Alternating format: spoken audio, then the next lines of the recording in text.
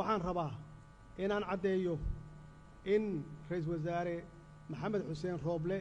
uu hoggaamin doono diyaarinta iyo hirgelinta doorashada iyo amniga doorashada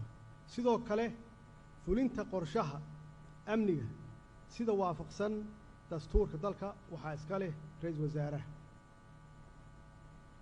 waxaan farayaa xukuumadda inay u diyaar garowdo hawshaas baaxadda leh ama baaxadda weyn mudanayaal iyo marwooyin gunaanadkii